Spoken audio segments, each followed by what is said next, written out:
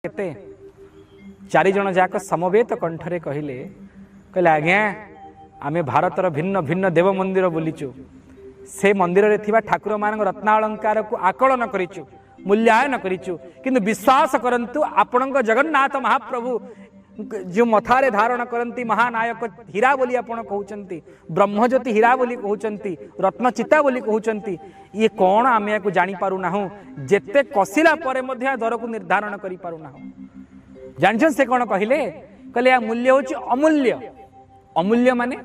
जहार मूल्य को पृथ्वी रे कहीं निर्धारण करि परिबे नाही तास से स्पष्ट भाव रे कहले कहले ए पर्यंत कोनोसी बाजार सृष्टि हेनी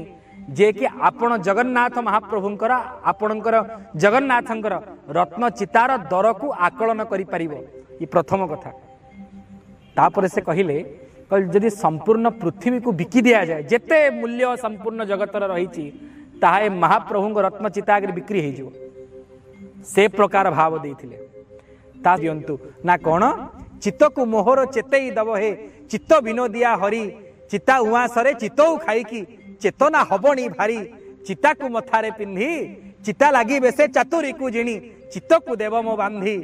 चिता को मथारे पिंधी हे प्रभु आपण मथारे चिता को धारण करिथिबे आ मोर चित्त को बांधी देवे आपणक मथारे आपणकर भावरे एवं सर्वोपरि आपणक प्रलंब भुजपंजर रे जे